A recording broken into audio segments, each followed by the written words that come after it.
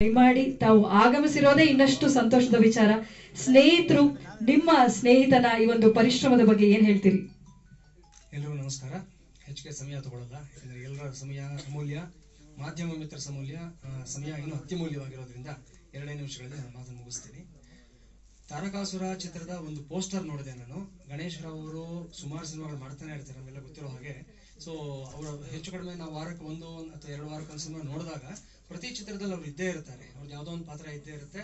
So ಅವ್ರ ಒಂದು ರೀತಿಯಲ್ಲಿ ನಮಗೆ ಅವಿಭಾಜ್ಯ ಅಂಗ ನಮ್ಮ ಚಿತ್ರರಂಗದಲ್ಲಿ, ಚಿತ್ರ ಪ್ರೇಕ್ಷಕರ ಒಂದು ಮನಸ್ಸಿನಲ್ಲಿ ಅಂತ ಹೇಳ್ಬೋದು. ಬಟ್ ಈ ಒಂದು ಪೋಸ್ಟರ್ ನೋಡಿದಾಗ ನಿಜವಾಗ್ಲೂ ನನಗೆ ತುಂಬಾನೇ ಆಶ್ಚರ್ಯ ಆಯ್ತು. ನನಗೆ ಆ ಪೋಸ್ಟರ್ ನೋಡಿ ನಾನು ಅವ್ರಿಗೆ ಕರೆ ಮಾಡಿ ಹೇಳಿದೆ, ಸರ್ ನಿಮ್ಮ ಟಿವಿ ಆ ರಾಜಸ, ಆ ಗತ್ತು, ಆ ಗಾಂಭೀರ್ಯ ಅದ್ಭುತವಾಗಿದೆ.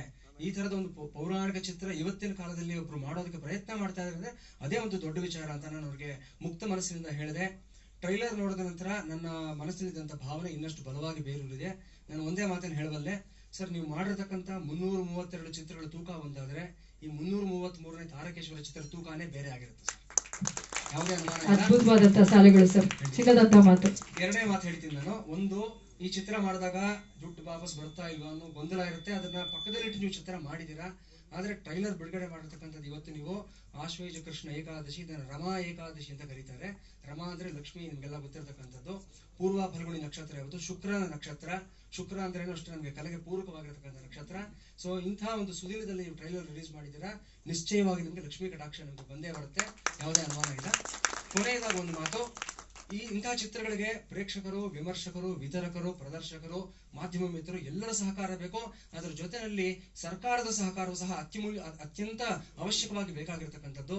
ಹಾಗಾಗಿ ಈ ವೇದಿಕೆಯ ಮೂಲಕ ನಾನು ನಮ್ಮ ರಾಜ್ಯ ಸರ್ಕಾರಕ್ಕೆ ಒಂದು ಆಗ್ರಹಪೂರ್ವಕವಾದ ಮನವಿಯನ್ನು ಮಾಡ್ಕೊಳ್ತೀನಿ. ದಯವಿಟ್ಟು ಈ ಚಿತ್ರಕ್ಕೆ 100% ಟ್ಯಾಕ್ಸ್ ರಿಬೇಟ್ ನ ಕೊಡಿ ಅಂತ ನಾನು ವಿನಂತಿಯನ್ನು ಮಾಡ್ಕೊಳ್ತೀನಿ. ಸೂಕ್ತವಾದ ವ್ಯಕ್ತಿಗಳಿಗೆ ತಂಡದವರು ಹೋಗಿ ಒಂದು ಅಧಿಕೃತವಾದ ಅಹವಾಲನ್ನು ಕೊಡಬೇಕು, ಅದನ್ನು ಮಾಡಿ ಅದು ಅವ್ರಿಗೆ ಮುಟ್ಲಿ ಅಂತ ನಾನು ಬಯಸ್ತೀನಿ.